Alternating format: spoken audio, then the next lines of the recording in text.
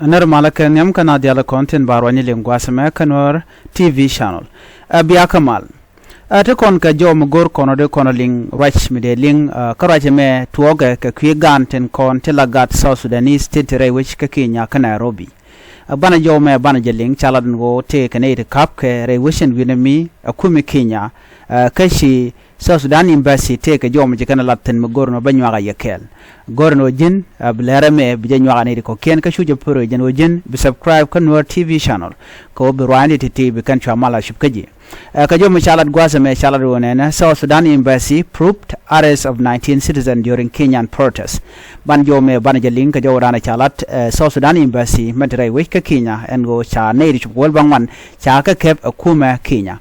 Ban jome ban je chulinkel. Ken kono ni ammi jiram jidit go rejen go jinder subscribe ko de notification bell de je twine ko mete galar mi chibre gwasame de chamala chibekaji an walle a shanka baro ko pay baro ron kina dangro de jan dangro de dich bana jome ban jelin kel changwani South Sudan dang wal bangwan ngwana dang wal bangwan ngani ke use dang wal bangwan chaka ke ba kuma Kiinya kap ke re which ka Kiinya ka jom chalat a South Sudan ambassador to Kiinya chelade wonene he said that his office is investigating the arrest of 19 South Sudanese nationals in a security campaign targeting migrants suspected of involvement in violent protests in Nairobi and other cities. Ken ngani toto tin content chakep chalado ken chikarodian matkel ki churodian matkarwal e tuɔɔk rei wich ka Kiinya chayu keb kuma Kiinya ka dobrana chako jikaje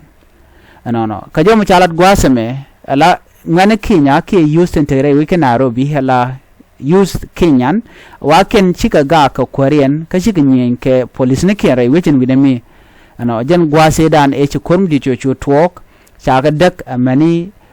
dil kume cha chari chaka dak bane tin dial content wichar mani dil sugni ka dial chaka mach ka shenge dan cha telephone shaka nang korm din michine tin wan chika lutin re kormani chala de wo shikuma sa Sudan mentre wichin winami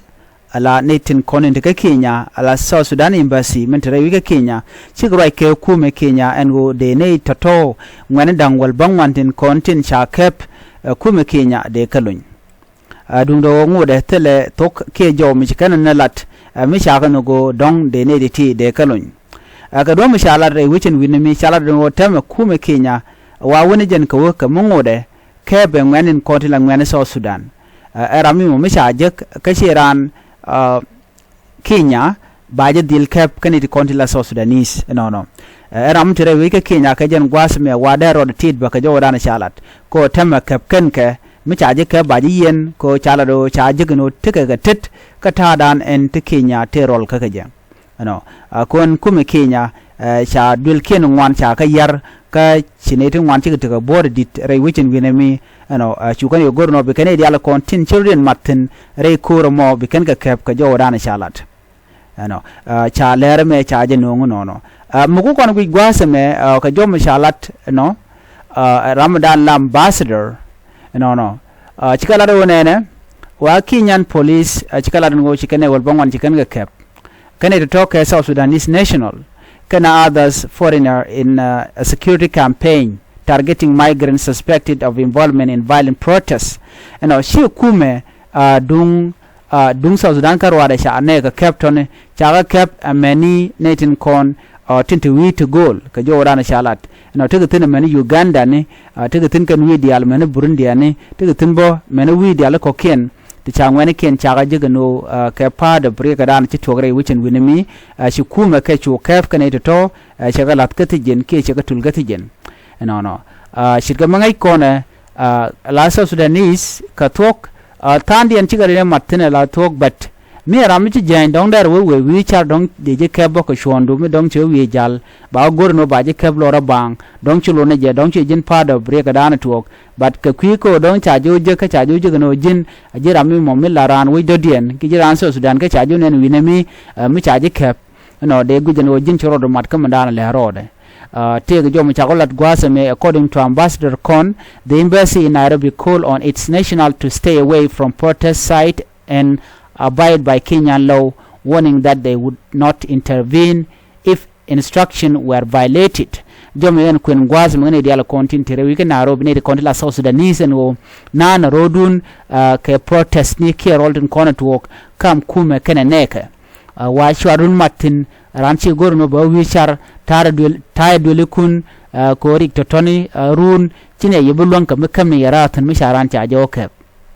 kala no chi chuanga na men go dong de ran with the dien there or involved ka affair with the dien ka jodan chi kana lat. This development has raised concern among the South Sudanese community in Kenya amid fear of security repercussion for their situation and the future of bilateral relations. Chawo mentioned the lad gwas mi michinatin kontila ngani South Sudanese michigrodin matin wa dere shandiere we shika Nairobi dere je yarbelong ka jorana cha kwen ko sha gorno dere andere matin mitem led road dere andere te duele ki dere bit gwas dana tetin ka jorana shalat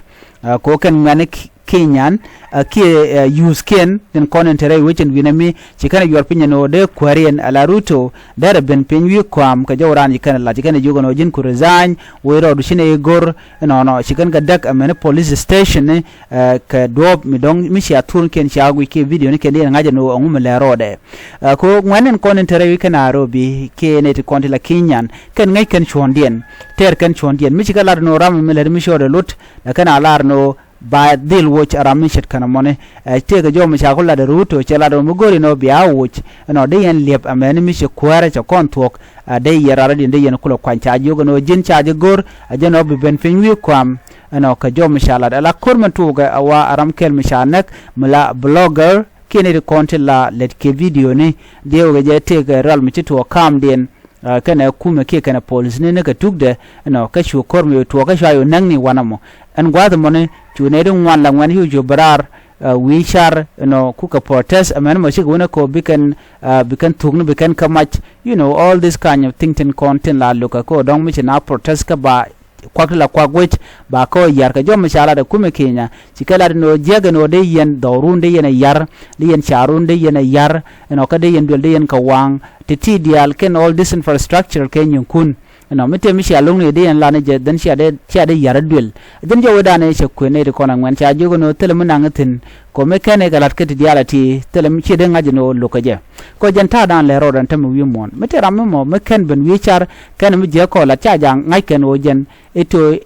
tere shushka no bu chodi bi kula lat ka kor kan dobran be nyoda no she lo kana me yam cha violence cha kul ne she nyot ne totone ba ko lo ngak che lo la tok so janta dan shin mon joten mo ma syang mi je ga long a changa kwer tam mo gor jen o ba kwer ba jakan tala do jendere ku dere jalat ko ba ja kul recognize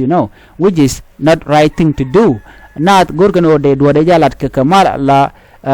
through talk everything should be solved but not through violence or whatever men dan la le roda but na me chale le kum ne dial tam wi mon no bika ba mi je ko na lat ke ngani ba jodien ba ja kulo ling chi mo go me rueje la to ko rueje mo ni mi shi ngani mi kala ro na me jega de yo pala ne ka kel de jo man de chwa tuge de na chu shingo go ba cha gore ne tin ko ken